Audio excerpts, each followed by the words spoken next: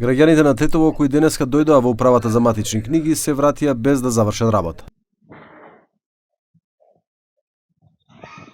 Вработените во оваа институција започнаа штрајк бидејќи веќе 2 години бараат потпишување на колективниот договор. Спорам кушате им било. Куджон не се рајде. Bedrisa kan grev nuk besoj. A mendoni se duhet zgjidhet që aktive të punësuarve? Po sigurisht po. Dhe Chelsea dihet kush e ka. Po a duhen, as duhen është çështje e tjetër. Насер Джемаили од независниот синдикат на управата за матични книги им се извини на граѓаните што се вратија дома, објаснувајќи дека поголемиот дел од вработените се како нови соработници и примаат минимална плата.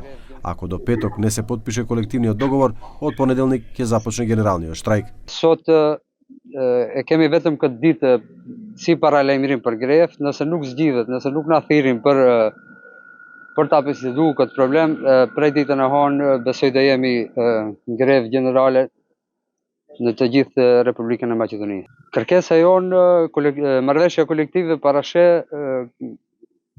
rritjen e rrogave 20%. Asgjë më nuk kërkojmë as 70% siç i kanë funksionarët. Besoj se duhet ta vlerësojnë këtë kërkesë tonën se jemi drejtoria e cila është më kryesore në Republikën e Maqedonisë, domethënë pa qenien civile nuk mund të funksionojë as shteti.